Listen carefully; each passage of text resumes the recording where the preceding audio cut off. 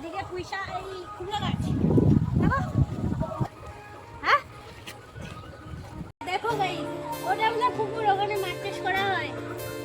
আর ওটা আমাদের নতুন বাড়ি, ওটা হচ্ছে। আর এগুলো হচ্ছে বেগুন, বেগুন গাছ। এগুলো দেখো, এগুলো বেগুন গাছ। এইগুলো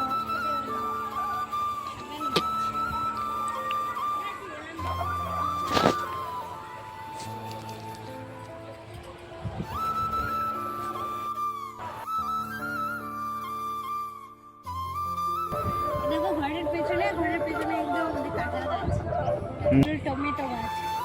টমেটো, ছোট ছোট টমেটো হটে।